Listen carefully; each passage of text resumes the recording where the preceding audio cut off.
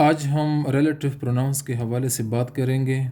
यहाँ पे मैं एक रीडिंग कॉम्प्रिहेंशन चेक कर रहा था तो स्टूडेंट ने रिलेटिव प्रोनाउन से रिलेटेड एरर्स कमिट किए थे। यहाँ पे स्टूडेंट्स 3 रिलेटिव प्रोनाउंस को हम एक्सप्लेन करेंगे, हो, विच, दैट।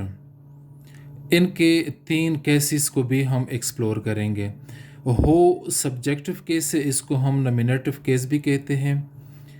होम या हो ऑब्जेक्टिव केस है, इसको हम एक्यूजेटिव केस भी कहते हैं। और होज पोजेसिव केस है और इसको हम जेनेटिव केस भी कहते हैं।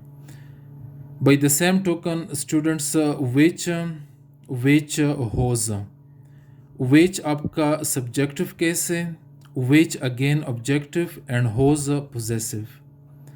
सिमिलरली दैट और दैट का पोजेसिव या जेनेटिव केस नहीं। स्टूडेंट्स केसेस को अंडरस्टैंड करने के लिए सब्जेक्टिव केस जब कोई प्रोनाउन सब्जेक्ट की जगह पे आ जाए, ऑब्जेक्टिव केस जब कोई प्रोनाउन ऑब्जेक्ट की जगह पे आ जाए, पोजेसिव केस जब कोई प्रोनाउन ओनरशिप या रिलेशनशिप शो करे। ये स्टूडेंट्स इनके पहले फॉर्म्स, इनके जो केसेस है, इनको अंडरस्टैंड करना ज़रूरी है, ठीक है। अभी मैं इनके एप्लीकेशंस के हवाले से बात करूंगा। यहाँ पे आप लोग देख ले, हो सब्जेक्टिव केस में हम सिर्फ पीपल के लिए या पर्सन्स के लिए इस्तेमाल करते हैं, ह्यूमन बींग्स के लिए। सिमिलरली होम और हो हम पीपल या पर्सन्स के लिए इस्तेमाल करते हैं, जो इसका ऑब्जेक्टिव केस है। लेकिन इसका जो पोजेसिव केस है हो का, इसको हम पर्सन्स, ये देखें, ऑब्जेक्ट्स और एनिमल्स तीनों के लिए इस्तेमाल करते हैं। सेम हो सब्जेक्टिव केस में हम सिर्फ पीपल के लिए इस्तेमाल करते हैं और पोजेसिव केस में पर्सन्स, ऑब्जेक्ट्स या इन एनिमेट ऑब्जेक्ट्स, एनिमल्स तीनों के लिए इस्तेमाल करते हैं। फिर स्टूडेंट्स सेकंड देख ले, विच एंड होज। विच हम सिर्फ और सिर्फ ऑब्जेक्ट्स, थिंग्स या एनिमल्स के लिए इस्तेमाल करते हैं, ह्यूमन बींग्स, पर्सन्स या पीपल के लिए इस्तेमाल नहीं करते। दैट हम इस्तेमाल करते पीपल, पर्सन्स, ये सेम चीज़ है।